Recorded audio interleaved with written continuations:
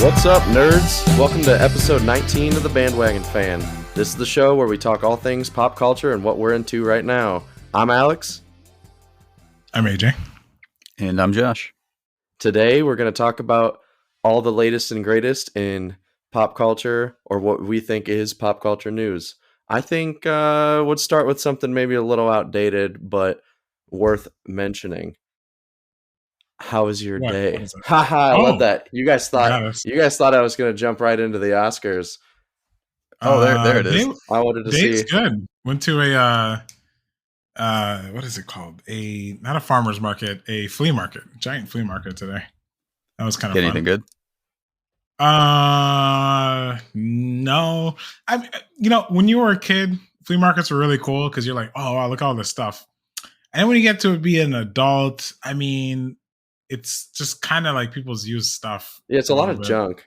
It's like a lot of junk. You're looking for like that one good trading card, but it's like a Topps card from like 92, and you're like, this is worth 3 cents. I mean, one of the booths had just like soap and like toilet paper, but like individually packaged. I'm what? Like, yeah, that's just somebody took a packaging of toilet paper, separated the rolls, and repackaged them. It was How weird. much were they selling it for? We didn't look, but I just thought that was kind of interesting to see. Like, I mean, if they're separating them, I have to guess that someone's trying to make money, trying to turn a profit off something as silly as toilet paper. You know what? If they're gonna do that, like, I feel like I should just go to Costco and just like individually sell all the like. It was packages. Like a Ziploc baggie. Yeah, there was like a Ziploc baggie of like the Tide Pods. It was just weird. I was just like, what? Where was this? Was anyone buying them? Houston. Oh, Houston. I don't know. I mean, we didn't like. It's a huge flea market, so it's like it's called. I think it's called Traders Market. It's an enormous flea market down there. So you have all kinds of things, right? So that's on one end of the spectrum, and on the other end of the spectrum, you had some guy who sold like I don't know if he made them, but they're like swords and like katanas and stuff like that. So like that's the spectrum of stuff you find there, but it was just interesting. Yeah, that is hilarious. But that is so weird. That is one way to spend your day. I know. Yeah, it really was. Hey, the food was good. I'm not gonna complain. Oh, okay. Hey, yeah, good food. Nothing better than good food at a flea market. Yeah. For all you people that are curious out there. My wife saw a TikTok and there was this. We went there because they sell this like giant. It's basically a giant vertical quesadilla. So they use it's the best way I can call it. They call it a machete. It's like a giant vertical quesadilla. Okay, it was good. It was good. Speaking of that reminds me. Kate, who was still on her vow of silence, last week we went to one of my favorite like burrito stands in LA. It's just like a little stand. They're only open like a couple days a week, and the lines are always crazy long. And they just have it where they'll put meat and cactus if you want it in the burrito, and then everything else is like you scoop it in on your own. And we both scooped like this big bucket of onions. And about halfway through eating, like her face just like goes completely red. And I found out that she swallowed a ghost pepper, which oh no. Yeah. No. And it was bad. Like I didn't know what to do. You know, I got water and stuff, but like that's not really gonna do anything. And I felt like I just kind of had to like sit there and like watch her like struggle with this. And then I'm like real careful all of a sudden because I'm like, I need to double check I didn't do that. Look through the whole thing. And then kept eating, and then right at the last bite, I didn't swallow mine, but then I bit into a ghost pepper. So like right after she had like calmed down, I like had to go through the exact same pain. I would not recommend ever eating a ghost pepper. It is the worst pain I think I've ever experienced. It's not even fun. It's not even like a fun thing to eat. Like you don't taste anything. Yeah, exactly. Like I like spicy food a lot, but I think that there's a certain threshold. And obviously that threshold is different for each person, but there is a certain threshold in general where it's like, okay, this is literally to the point where this is just for the meme of it. It's not even for the taste. Yeah, I think at that point it's just like those adrenaline junkie people who like to get the high. But yeah, it's not worth it for me. No, not me. Like I can handle medium spice, but Yeah, I'm not like that, man. My brother, my youngest brother, dude, like Carlos, he, dude, yeah, yes, mouth of a Josh's dragon. youngest brother is a fiend. Okay, a literal goblin. This guy will eat like ghost peppers like they're Cheetos. It's pretty wild, actually. Yeah, and Yeah. it's wild. I like Not the me. idea of a Cheeto shaped ghost pepper, or a ghost pepper shaped Cheeto. If it was up to Carlos, not only would he make that, but he'd market it himself. He would. That That would be his. Yeah, that's in his element right there. That that guy's is insane. disgusting. Carlos, then, if you're like- listening out there, I love you, but you're nuts, dude. Maybe we'll bring him on one time. That'll be our first. We'll put him on like on a story or something, or maybe like our first video recording of a podcast. It's just him eating ghost peppers, and then reading the current events. Yeah, you know what? Like, it's perfect. You're onto something. Like if we did segments like eating spicy food, like hot ones, or like drinking like alcohol I'm not or gonna lie to something. you. I will cry. I will. No, you will hear a would too. grown man sob over your speakers. We could try it, but we don't build up like hot wings. We just go straight into the heat, and you just have to. You just have to read. First one to tap out. I don't. Yeah, we can try it. I'm down. Yeah, something to consider. Oh God, what if no one gives up, and then it's just like a 4-hour recording, and like everyone's eyes are just like completely teared up. That's why we do hot one style, where there's like it's a gauntlet, like you work your way through it. See, but the problem, my friend and I, we bought, you know how every season they have the selection of wings, so we did it, and the problem with the hot ones challenge is that as you start to get to the spicier stuff, the spices compound each other. You know what I mean? So that's part of the problem. It's not even just that, you know, sauce number 9 is hot. It's that sauces number 7 and 8 were also really hot too. So your tongue is just getting assaulted. I've heard like towards the end though, like it just goes numb. You're like, yeah, your tongue goes numb. Exactly. At a certain point. Yeah, I gave up at like the 14th one because I was like, this is just torture. My friend did it all and was like, toilet ridden for a day. See, it doesn't sound worth it to me. You know what surprisingly was worth it though for hot wings? What? I just ate for the first time Wingstop. Had never had it, and I tried their hottest wing. I don't know why. I actually enjoyed it. It was like it wasn't as hot as I thought it'd be, and it actually had flavor.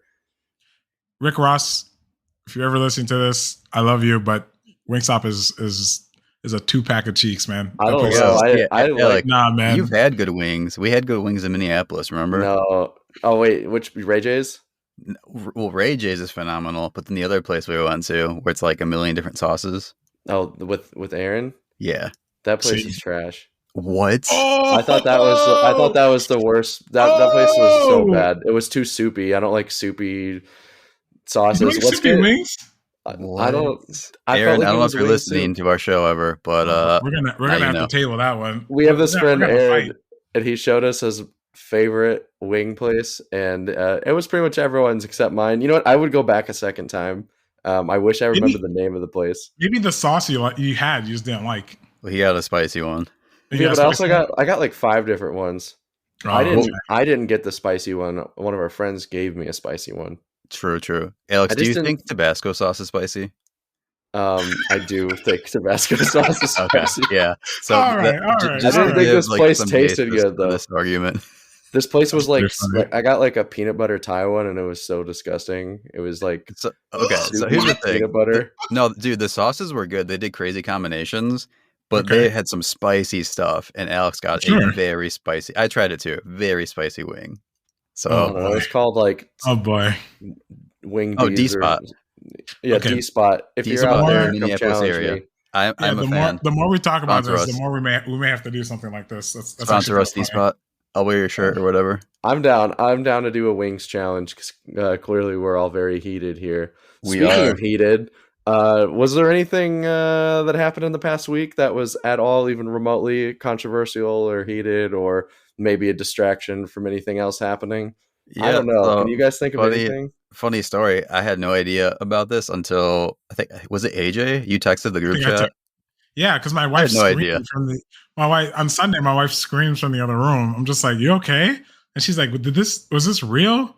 And then I rewind and to see, during the Oscars that Will Smith just slapped the life out of Chris Rock. It was pretty funny.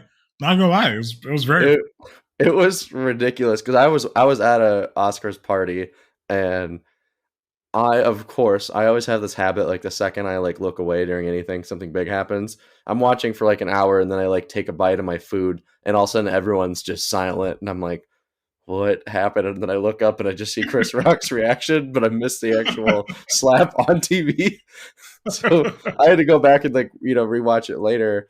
But I felt like what was so wild with that is I just kind of forgot what happened during the Oscars for the entire like rest of it. Like I feel like everyone that had to come up on stage after just had no idea what to do. My wife brought up a good point that if you're the person that was receiving that award, you got to be pretty upset because that sucks. Like I don't even know who won. I know it was for a documentary, but I didn't even get to hear the name, and I think that's the story for the rest of the night. That most people, I forgot who won Best Picture.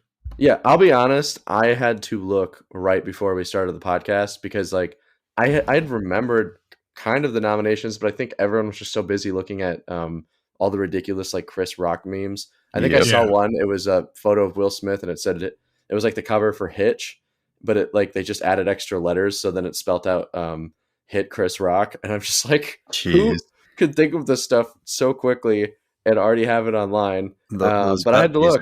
Coda won Best Picture.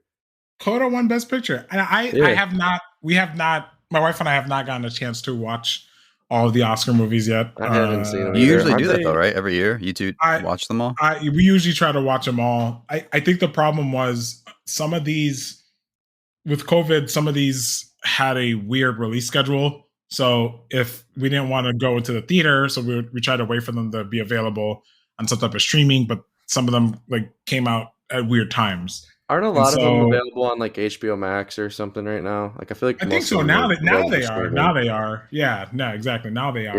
Yeah. So we had only watched. I think the big ones we watched were Dune, which I'm a huge Dune fan. I love Dune. And I knew nothing going into that. I have not seen it yet. Yeah, it's great. But I think I've mentioned it before that if you haven't read the book, I highly recommend just waiting for the second one to come out. Similar to like Kill Bill or what's another movie that is split but technically is one whole thought. I guess technically Lord of the Rings if you think about it. But true. Like similar to those types of movies, Dune is better. Will be much more appreciated as a complete package. So if you haven't watched Dune, highly recommend waiting until the second one comes out. But Dennis, I think you pronounce his last name Villeneuve. He's a tremendous director. Probably, I think, in my opinion, next to Christopher Nolan, probably like our best sci-fi director that's alive right now. That's high praise. Yeah, he's a really, really good director. Coda, I'm interested in watching. I think the story is cute. I would love to.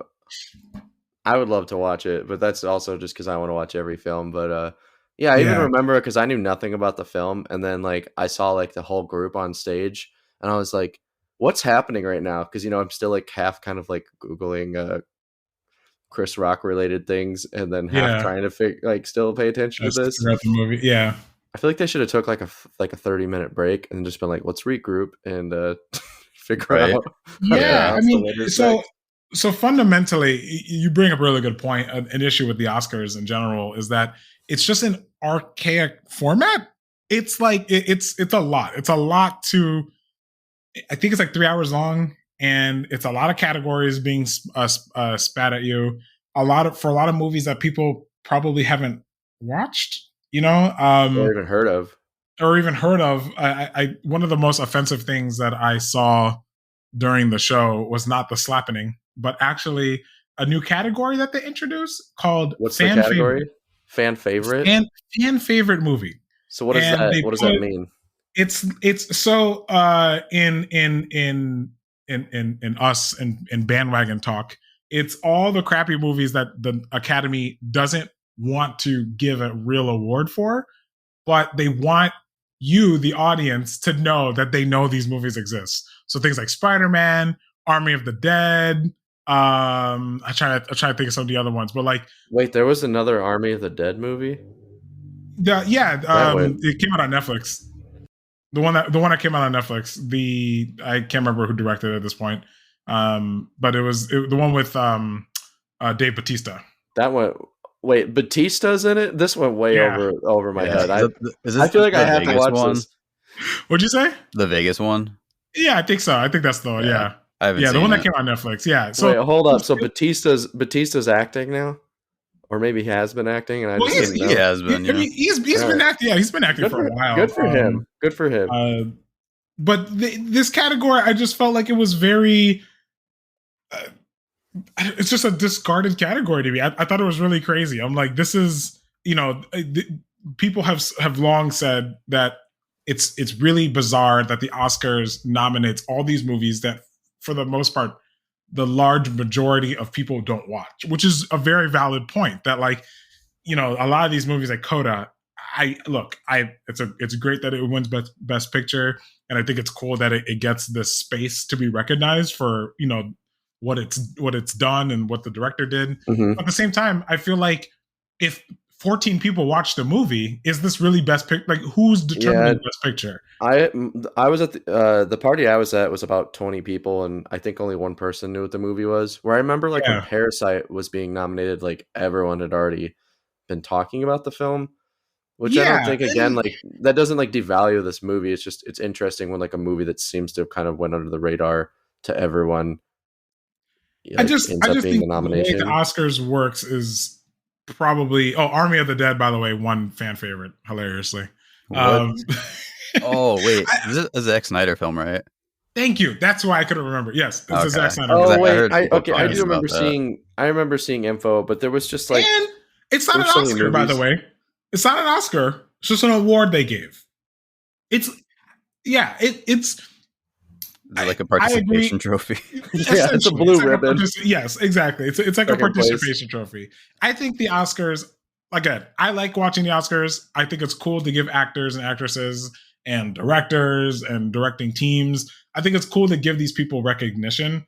I just don't know if the Oscars really fits that mold anymore for that. I mean, we don't care. That's the point I'm trying to make. Like, had it not been for Will Smith slapping Chris Rock, I don't know how many people would have paid attention to last night's Oscars. I think they were probably on last week's trajectory. Thank you. I think they were probably on trajectory for their third lowest rated, or the lowest rated. You know what I'm saying? Like they've been on this trajectory for the past 2 or 3 years of just low ratings, and I just think it's like you're awarding movies that people haven't watched, and then I know. I wish they would have promoted. I wish they would have promoted like these movies like Coda a little better beforehand. Yeah. Like, even like, we don't have to know that it's the winner, but like the list of the nominations, like, just do a little better job of like showing that they exist.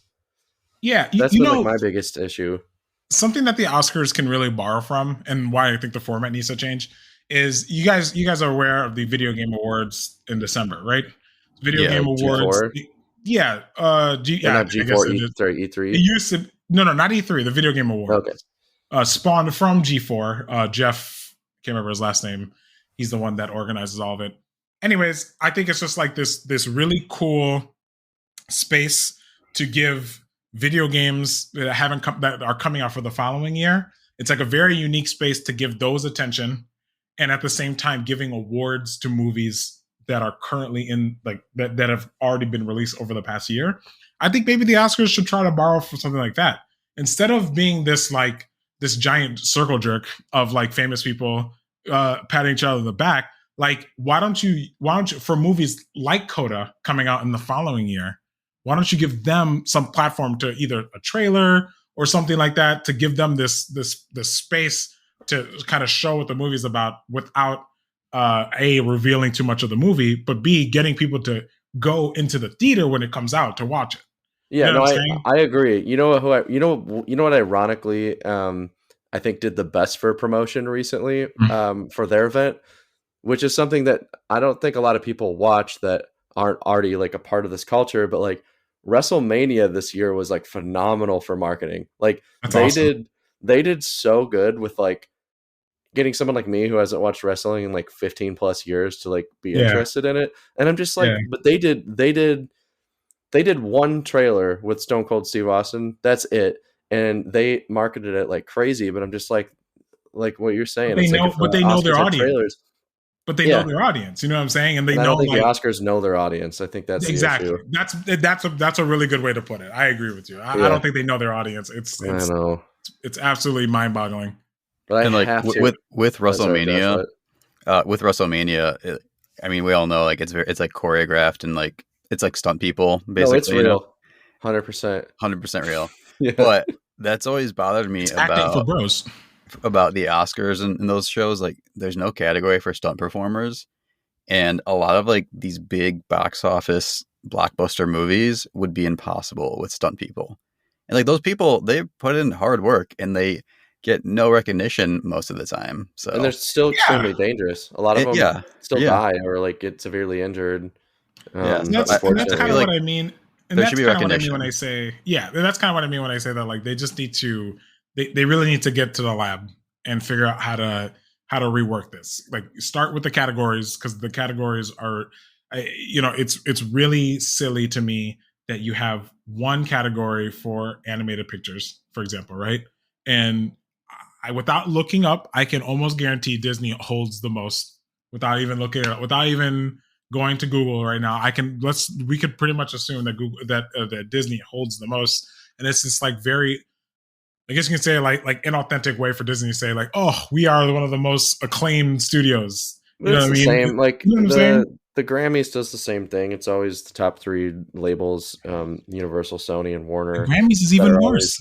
They're the only ones that ever usually get nominations. There's like occasionally a couple that sneak in that are from an independent label, but we're gonna talk about the Grammys a little bit later, right? We will. But like, what I'm trying to get at is everyone should just model after WrestleMania. I think we should have Stone Cold be the host for the Oscars every year and the Grammys. That would be awesome. No one would slap Stone Cold. No one would go up on stage and slap him. That would be awesome. If Can you imagine? Like, can you imagine someone going up and slapping him? He would like take out 2 beers and he would smash them over his head. If they want to get people to watch the Oscars, then Stone Cold should be the host of the Oscars. Nobody's gonna try to take the mic from him and say no.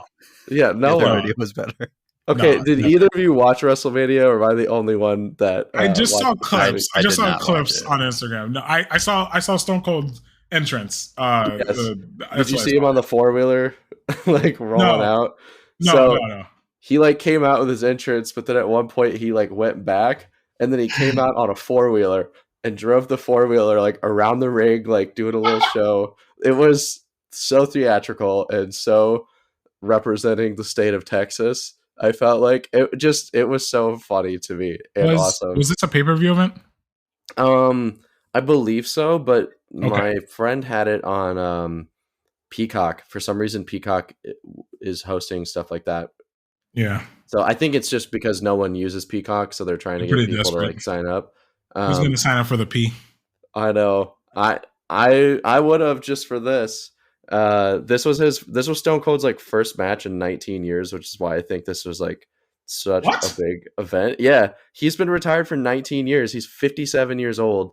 What? And I didn't know who Kevin Owens. What are you saying to me right now? That makes sense. That's right. Are you serious? Yeah, it's been. Oh wow! I didn't think it was that long. It's been a long time, like our childhood. Oh. So they banked hard on nostalgia for this, then bringing him out. It worked. That's smart. Dude, nostalgia is so hot these days. And like, I feel like I don't know what they're supposed to do another event tonight, and I don't even know how they top that outside of maybe like The Rock coming out. But I feel like Stone Cold was probably like, hey, I will do this one event, but you need to pay me like $3 million to show up. You know, some ridiculous number. But it's just like I felt like it was fun and cheesy, and it was just like a good time. And I just wish that's how the Oscars felt. I think that's my point. Everyone gets really bored, good way to put it. You know? Yeah. And like, also, I get WrestleMania has like the ridiculousness of it, you know, because they're just like, oh, we've got all these wrestlers, and now we're just gonna throw in Logan Paul for some reason. Logan Paul showing up. I'm like, okay, tell me about this. This He, actually, you know what? This sounds so fitting considering what kind of person he is. It does. Yeah, It Allegedly. does. Yeah. he debuted like, and I love that he was like the second person to fight. He wasn't like anywhere near the end, but like the costumes were great, which I feel like is why I watch WrestleMania, specifically for the fashion. Come on, like Yeah, he rolled out in a Ric Flair-esque meets Pokemon coat, and had like a $5.2 million Pokemon card strapped wait, to his neck. is that what that was? Yeah, yeah. Oh my gosh. It's his super rare Pokemon card that Like, started his whole. Just strapped to his neck. Yeah, it's like on a lanyard, like on a case in a lanyard. This And, is why aliens won't talk to us. But you know why it's genius though? Because he increased the value of the card. Okay. Yeah. Yeah, so it makes sense. It's like, So now it's probably worth like 8 million or something. Yeah. So it's say what you want about that guy, but he definitely knows how to market. He knows. I think he should just join wrestling in some degree, just the same way so many other actors have. I think he'd fit. I think he'd fit the culture, the wrestling. Well, he would, because it's just ridiculous. Like I don't want anything serious with wrestling. Like seeing Stone Cold just like yelling about Texas and smashing beer and like sponsoring his beer can, and then like fighting Kyle Owens and what do they call it, a no holds barred match, which basically just means you can do whatever you want. Like that's hilarious to me. That's cool. It is. And like I think we should have like Logan Paul like just show up unannounced to stuff and like I don't know, like just try to. I mean, like, he'd be a good villain. Yeah, but like he'd be more annoying than he already is. Like, yeah, he'd be a really good wrestling villain. So, what do you think his name should be if he was the villain?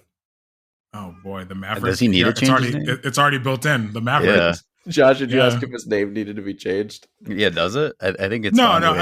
He calls himself the Maverick. So oh gosh. Again, he could play the villain pretty well. Wait, he gave himself his own nickname? It's like the name of his his company. It's Maverick. Oh, you're right. Yeah. So he already has his wrestler name. There you go. That's great. Actually, I hate to admit it, but that's kind of a cool wrestling name. Hey, Logan, already isn't taken. Logan, I want my royalties, homie. If you try to use that, I mean, Logan, I don't know what kind of claim I can make to that, but I mean, what else we got? I think you should go for it. We got the Grammys. Another Grammys fun. Tonight. It's the Grammys were tonight, so that was pretty crazy how that won. Oh yeah, award. I'm gonna guess Billie Eilish is probably gonna win. Does she have anything new coming out? I'm so glad you brought that up, because I personally kind of think Billie Eilish is a little overrated. That's my personal opinion. She's talented, but she is overrated. Like, I'm not gonna take away from her talent. Like, she is a good musician, and her brother is like a phenomenal producer. But there are other musicians out there besides her and Olivia Rodrigo, which I'm sure we'll also hear about. That is true. And if you don't know who she is, every 10-year-old in the world does. So it does not matter. Yeah, she blew up too. That's another artist. I didn't even know who that was until my brother brought that up, and I'm just like, I don't know who these people are. I'm getting old. Just think outside of that though, that's like you're usually just going to see like the same 20 artists at the Grammys, and I wish they would improve that a little bit, and I would say they probably will, but I'm going to guess they're not. Like, I don't even know who's hosting today. No idea. Yeah. And like I think that kind of really serves the point that AJ mentioned earlier. And like I felt this way for a few years too. Like, this stuff is outdated. It's just these like rich, successful people patting themselves on the back and then patting their friends on the back type of thing. Yeah. No, I totally agree. It kind of leans into what we were talking about I think 2 weeks ago when Whitney Cummings was venting about her place in Hollywood, and the other comedian, I can't remember Tim's last name, but the other comedian that was on her show was basically telling her that, Hollywood is old now, and the new Hollywood is the internet. Young kids want to be TikTokers more than they want to be actors. And, that's one of the reasons why no one's watching these.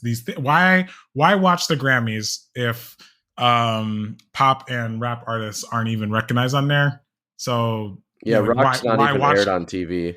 Yeah, yeah. It's Why? only I mean, online. they have so many categories, and most of the time, not to diminish any of these other people, but I just never heard of some of these people before. You know? Right. I Well, I and did look though. At least they got like they seem to have gotten a little newer of a host this year. Like it is Yeah. Trevor Noah, which oh, I I did know that for some so reason.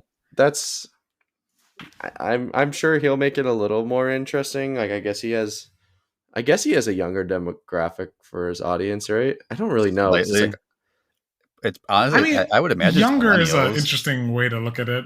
I mean, I like him. I don't know how. same. He's more of our age in terms of demographic. But and this goes back to any industry that wants to like thrive needs to appeal to a Yeah. younger audience. And these award shows don't do that. The reason rock isn't even aired is because the same bands are going to win in the rock and metal category. It's going to be Right. like And it's Metallica no or Pink new. Floyd or whatever. Oh It's yeah, like why? Exactly. Like because they'll get no, like a live. It'll be like Metallica could release a live recording of an album, right. and it'll count. And then that'll win metal album of the year or something. Yeah, And like exactly. I respect what they've done for the industry, but that's why you don't get the rock doesn't get aired because people don't care because you're not appealing to a younger audience. There's this. Have you guys heard of punk rock MBA? No. Yeah, I've seen some of his stuff. So he's on YouTube and Twitch. He does a lot of commentary on the rock and metal scene, and he always Okay. talks about that how like rock and metal like it's a dying genre because it's boring. Like people just want to listen to the same thing that they listened to like 30 years ago. And then Yeah. but at the same time, like then there's really cool stuff like Ed Sheeran and Bring Me the Horizon did a track together, stuff like that where people cross genres, they try something new. It just doesn't get noticed as much. Right. I mean, But think about when Tyler the Creator made his last album and was was his category was hip hop, and then after the award show, he's like, I didn't make a hip hop album. Yeah, it was like an R&B record. Yeah, basically. he's like, why did they? He's like, They I don't don't know. understand, but yeah, but it's not even like mainstream stuff where we have this problem. Even nerd culture has this issue. Are you guys familiar with the DC round robin voting? No. No, I don't think so. So I wasn't either because I got more into comics within the past year. And DC did this thing last year and they're doing it again this year where it's like a March Madness type of bracket. And for the first week, they have all the titles and they'll give you a little tagline, like a little couple sentence synopsis. And then you vote, like people vote. And at the end of this tournament, the story that wins is going to become a published DC title. Oh, The story. Oh, so is it all like mainstream writers, or is it just kind of anyone? Like, is They there? don't, so in the first round, they don't tell you who's going to be the writer or anything. They just tell you like the character and what the synopsis is going to be. Okay. okay. But here's the thing. Last year, the story that won was a story called Robins. And it came out this year. I read the first issue. It was okay. And the general consensus is it wasn't that great. Whereas if you looked at some of the other stories that were in the tournament, they sounded way more interesting. And it was very much like a popularity contest of, oh, Batman and Robin, I'm going to vote for Robin. And So people were going off of names, yeah. familiarity. So my question Yeah. is why don't they Words just are hard. release? Why do they even waste their time? Why don't they just release all of the, I don't know, top 8 or something, or top? Because then they couldn't 16. print 10 different Batman titles. But I guess it's just strange that they wouldn't say, instead of saying there's one winner, they could say here are 8 or here are 4 that people liked, and then once they're published, people can say which one was the best, that kind of thing. Which would be nice. That's how But you- I'm on the same boat Yeah. with Josh, where they just I love Batman, but there's way too much Batman happening at the moment, and I Yeah. think that's just their biggest seller. So they're going to push that out whether it's good or not. Sad But reality. that would make perfect sense for them to publish more than one. Yeah. And my idea was publish all of them in the order that they win. Because there are a lot of great stories. That's a really good point too. But I just kind of feel like instead of giving people a synopsis and then saying pick one that sounds the most interesting, did they do 64? No. How many? I want to say 16, but I could totally be wrong about that. So let me get this straight. Warner Brothers, DC couldn't find 32 to 48 writers and artists to make 16 comics. Well, here's the other thing. They couldn't do that. That it was just out of the budget. Doesn't seem that difficult. And that's the thing. They don't got that big of a budget, it was just out of the budget, I guess, right? Like they can't afford that. They can't stop all $30,000. Yeah. Okay. All right. Hey. If they do that, then they can't print their 10 Batman titles at one time. And also, like the new HBO headquarters in Culver City, which is where I live, it's really big and really nice, and it takes up like 2 blocks of property. So like they got to put a lot of money into that, Like they got to have that nice front row office with whatever big Batman robot butler. I don't know. They got to do all that Alfred stuff. Alfred Bot. Bot. Alfred Bot. Those things cost money. I just think it's really crazy that was what the consensus was. Like you could have made 16 comics, and then each round. Like, okay, are we crazy? They could have made 16 comics, done a NCAA style tournament to those 16, and then the 8 that won, they could have furthered those stories, and they could have kept. I mean, that writes itself. You can literally sell exponential amount of what is happening? A lot of people hated it last year apparently, and so they're like, why would you do this again? Because here's the thing. Wild. The Robins thing, it wasn't even a full series. It was like a limited, I think like 6 to 8 issue series. So it's not even a full thing. And that's what I'm saying. Like say the Robins storyline was one of the winners, right? And then it got into the, final 8. Then they get its second run. And then it gets to the final 4. Then it gets to its third issue. And then if it wins, then it gets the 4th and final issue. So like the winner has a limited series. Like that's very interesting too. Yeah. Like that's what you should just pitch it to DC and then ask for a cut. They're not worth my time. But here's the other thing. Shots fired. With that idea and the original tournament. Yeah. I wonder, like, are there creative teams who pitch these and they're waiting to see if they'll get picked up based on a fan vote? That's a really good point. Like, that's a really good point. Case, that's horrible. We talked about this when we did C2E2, and I mentioned it another time. A lot of comic creators are work for hire. So like if you story gets picked up, you have work. If not, then like you got to pay the rent somehow, man. Yeah, don't ever do work for hire. I guess I can understand. I guess I can understand from the perspective of I don't know. To me in my head that whether or not they sell well, you can package all those as like as its own kind of run, if that makes any sense. If we did it the way I just mentioned and call it like round robin 2021, that kind of thing, or whatever you want to call it. But like you can package all of those. So like even for collectors, there's a reason for them to collect them. You know what I'm saying? Like there's money to be made there. I guess it's not as obvious. There must be a better process, I guess. I mean, I keep joking about it, but like it is the Batman thing. Like, yeah, Black Canary was one of the titles that was in the tournament. Pretty sure she got knocked out already. She hasn't had a solo series in forever, and she was the backup character. Is Black Canary the one that has Black Canary? Yeah, she like screams. Okay. So yeah, I don't know much with her. So like, I would find it interesting. I would find it interesting as well. She's instead of another really Robin run character. She's a cool. Well, actually, okay. I will say the current Robin series is great, but she's an awesome character. Hasn't had a solo in forever, and the last time was Deathstroke Inc. She was like the backup character. It's like, you know what though? I'm sure there's strategies now too with like if they want to incorporate her in a TV show or a movie. Like I feel like executives are now like we need to like strategize on releasing stuff like once a film drops. So it's like I think there's a lot of that going on. They do that. Yeah, she's in Young Justice. Oh, is she? Yeah, she's in Young Justice. But the way they do Young Justice is a little weird. And I, as someone who isn't like a diehard DC fan, I often feel left out because Young Justice cycles the ever growing amount of heroes. I feel like they're kind of using it to try to give newer heroes kind of like more space to grow their characters.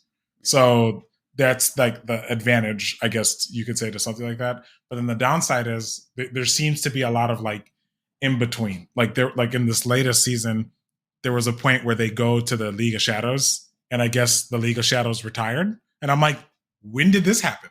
When did they go into retirement? I'm like, what? They're good guys now? What is happening? I was so lost. I was There's like, just a lot. There's a lot am to I keep up missing with. something? I'm like, what do you mean they're retired? I didn't even know you could retire from this. Oh my god. There's a lot to keep up with it. Seriously. But all that to say, like, if you guys like didn't hear about this tournament, but even with that fact, it's a bad idea. Like, there's not that it's a bad idea. There's just a lot of issues with it. Like, DC's a big company; they have a lot of smart marketing people, but I think it's a questionable choice. Hire Josh. Josh will pitch you all the new ideas. There you go. Hire all of us. Bandwagon could be consultants, guys. True. We'll be the band. I'm trying to figure out a way to like combine those two words together. The band consultants. The wagon shop. The wagon shop. There you go. Oh, that sounds awful. And we're like one of like the GTA like gun stores, where they're like available like every corner, but you just walk in. Corner. And, yeah. You can buy our jerry can while we get consulted. Oh my gosh! Please don't bring a jerry can into here. Please we do not promote violence on this podcast, except just in our video games. Just in our video games, specifically if you play anything like Doom Classic, to be specific. Doom Classic, like old school Doom? Yeah, did either of you grow up playing old school Doom? Dude, no way was I allowed to play that. Yeah, well, I wasn't either. I wasn't allowed to play it. My dad saw it and he was like, "What is this?" And yeah, that was it. Well, did you never like play it at like your older cousin's house or anything? Like that's how I watched them play it. I watched them play it. Yeah, that was about 90% of me growing up was watching that. Watching them play it. Wolfenstein, like the original one. But like it's classic tunnel 2D shooter, like very it just looks cheesy now. It's a gaming staple though. Yeah, but it's a gaming staple. It like kind of changed the path for like shooting games and horror games. And for some reason it's now been redone with ray tracing and it looks awesome. It's weird because it looks really good. I haven't really looked at much ray tracing, especially with like games that look So do you know what ray tracing is?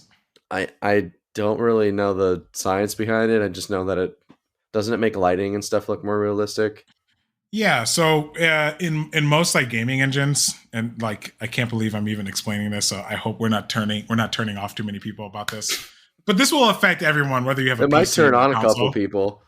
I mean, yeah. So like essentially, it's when you play a regular game. Let's use Grand Theft Auto as a really good example. Grand Theft Auto has a day and night cycle, right?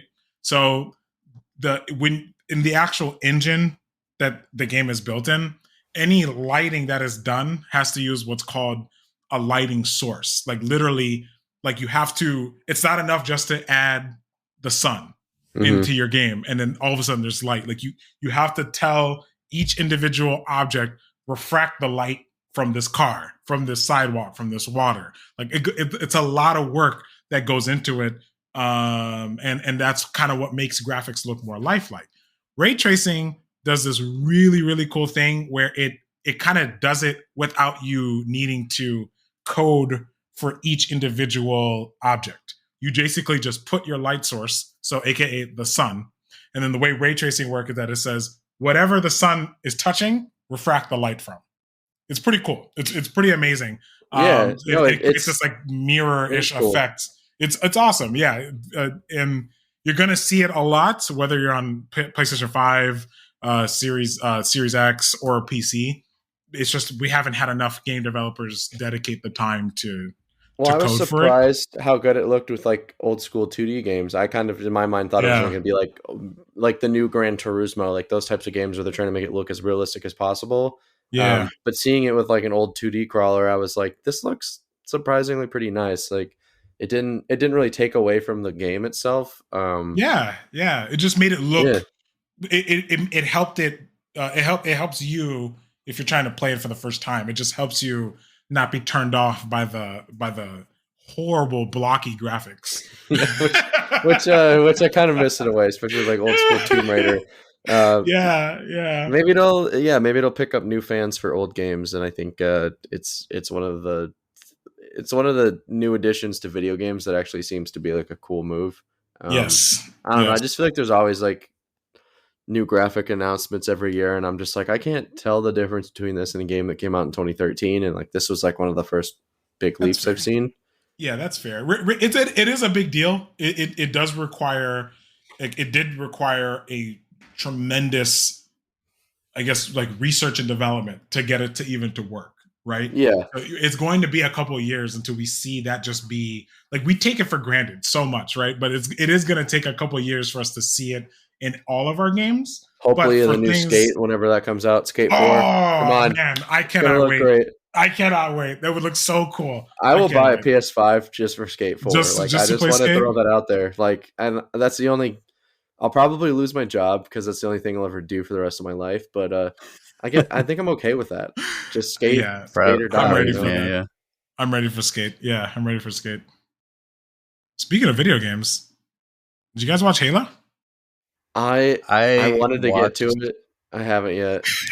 I watched like the first 20 minutes. I heard it's bad though. Me too. Okay. I heard it's really bad. My friend, shout out to Russ if you're listening. My friend is telling me just to keep watching, just to keep pushing on. But I gotta be honest with you guys, I'm so disinterested. I'm so disinterested in the Halo. Also, I got 20 minutes into the show, like roughly. Like both of you gave up 20 minutes in. Like the scene where Master Chief is fighting the was it a brute? Yeah, he's fighting a brute, and it was just very. I mean, the CGI was really just jarring to me. Yeah, it was okay. Wasn't the budget really big? Maybe they spent the budget on licensing and not on the CGI. That's the part about that. Okay, Alex brought my favorite point, that I don't understand how this show costs almost $500 million, and yet that's the CGI you come up with.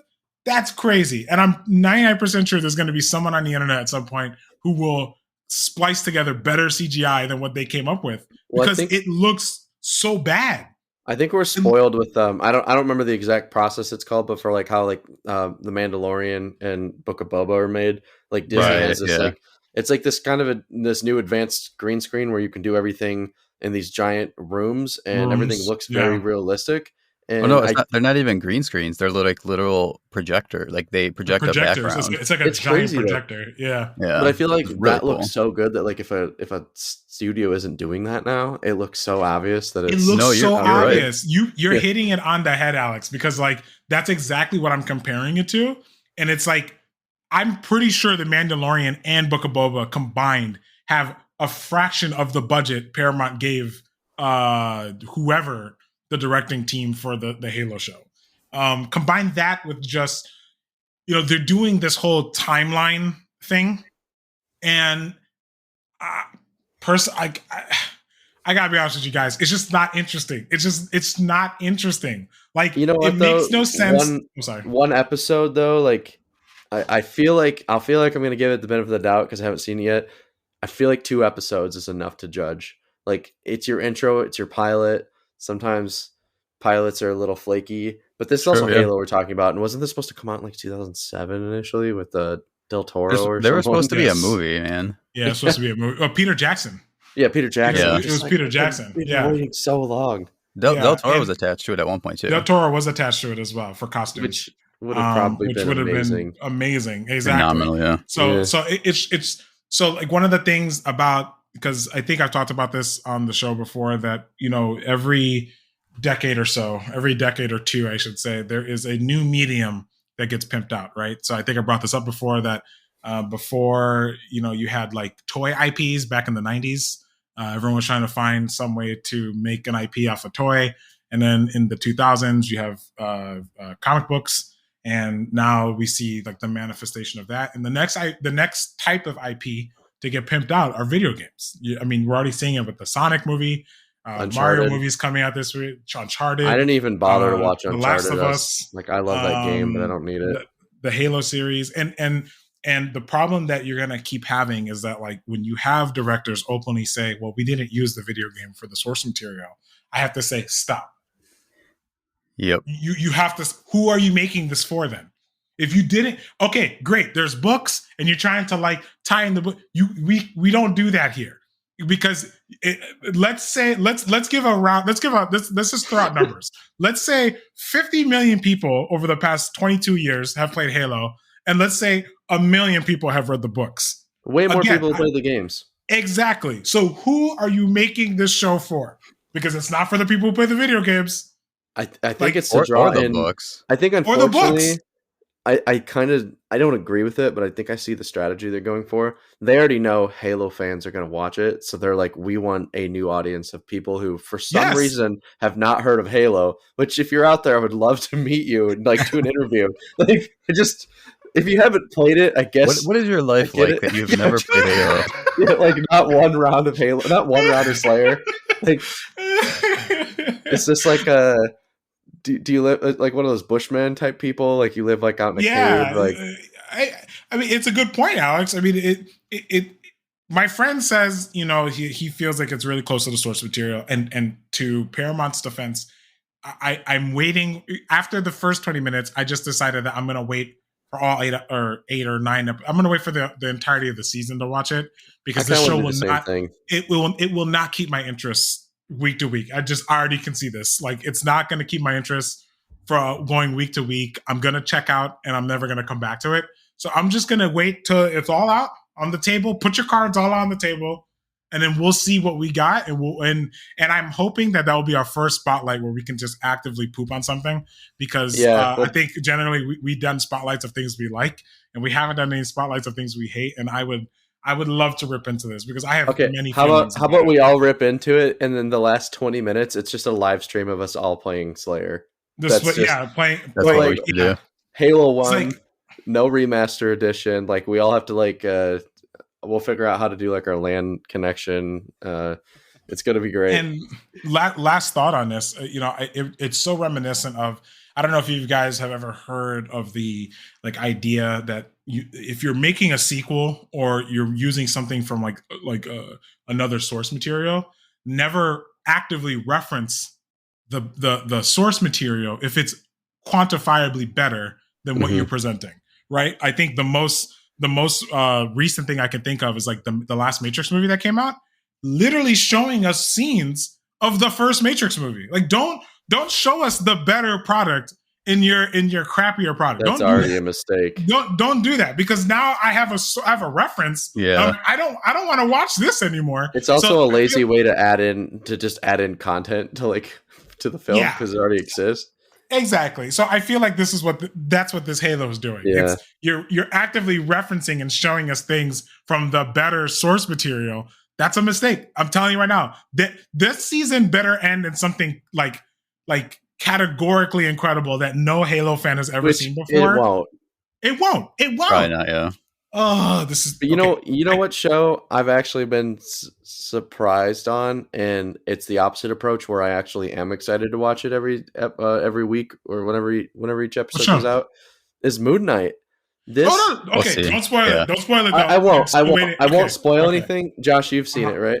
I have, and I have a couple theories that I'll probably share in some shorts. So definitely do that. Josh and I, for people that don't know, we're both actively reading like the newest run of Moon Knight, and I don't want to spoil anything because AJ hasn't seen it, but like this was fun. I felt like it was a little more graphic and dark than the newer run of like Disney shows, and it does still have like the typical Disney cheese. Like I don't know, like you can tell, can tell it's a TV show, and like that kind of bothers me. But the acting is great.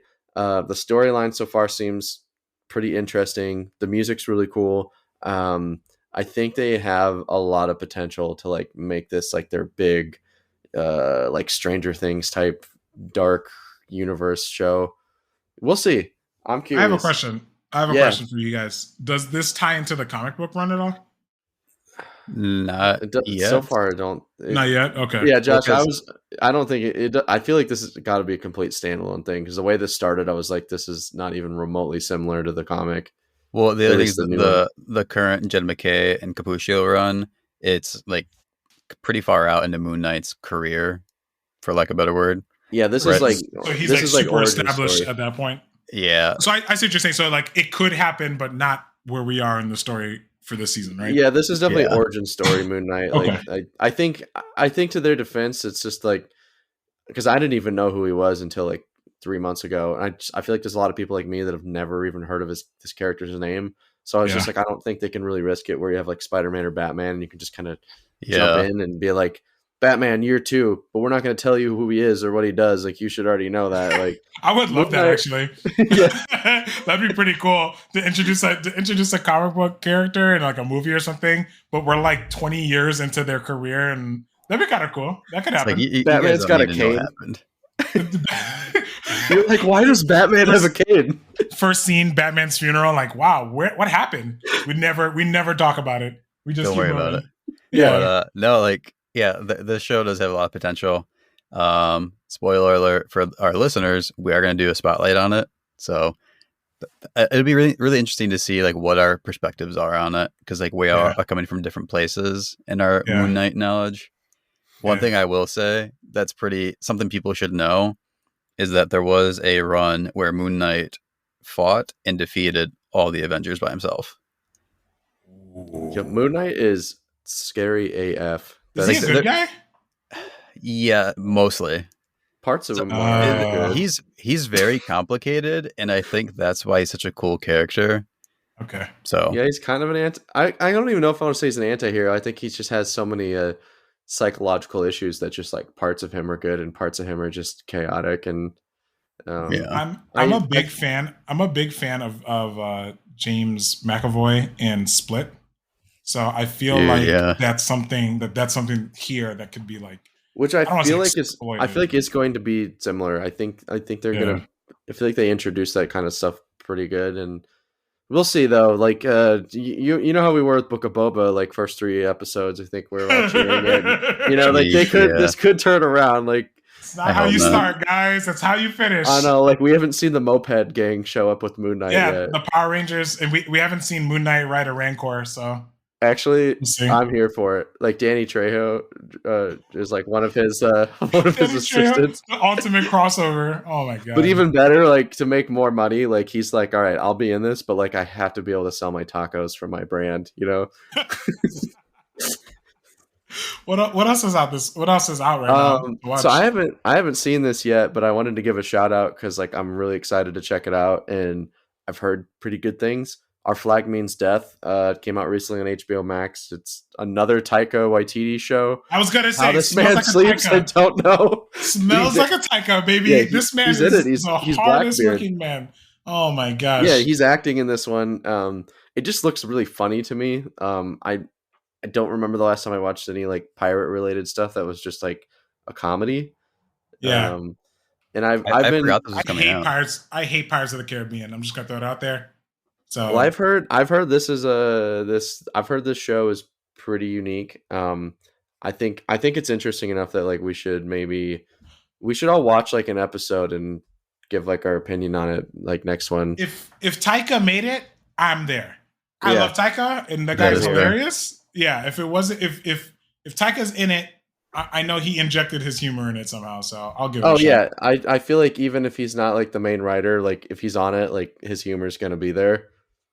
Yeah. You know what I'm not excited for though, and I had to mention What's up? For some reason, Disney Plus just announced Tim Allen returning for the Santa Claus series, and I'm just like, why? Why do we need more of the Santa Claus? Nobody asked for this, yeah. No, not a single person, not even Tim Allen. I'm gonna come at this from a different perspective. We've kind of come full circle because in the first Santa Claus movie, if you remember, he had to turn into the bearded Santa Claus, right? But now Tim Allen's old enough where it's just him. He doesn't have to be transformed into Santa Claus. I hate to say this. I kind of like the idea. I kind of like the idea.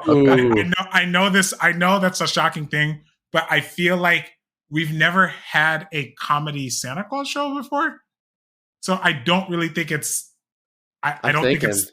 Yeah, I don't really think it's outside the realm to be unique. It's as crazy as that sounds. Like no one's ever done that. So I think it could work. I'm not gonna poo-poo it yet. You know what? Yeah, when it comes out, let's all gather around, drink some spiked eggnog, and do a spotlight on it or something. Yeah, I'm not gonna poo-poo it yet. I don't know if I can do a whole spotlight on it, but I'm willing to discuss it. Maybe we'll do a Christmas episode, and we'll talk about it then. Yes, yeah, I agree. All right.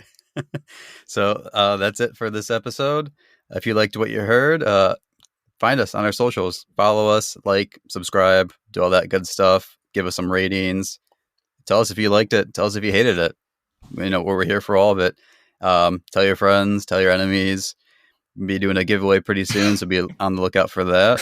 Yeah, we forgot to mention that. Yes, we are doing a giveaway this month. We will be setting up a link on our socials for that giveaway, guys. So just I have a couple of little things that I can throw in too that I just got from a comic shop recently. Spoiler alert, it's Saga. So yeah, but Saga, we will be doing a giveaway. We'll give out more details. So make sure if you're listening to this episode to look out on our socials this week for that information. With a little care package for the first winner, and enjoy it. We're happy to do it. And that's it. Thanks for listening. We'll catch you in the next one. Catch you later. Bye-bye.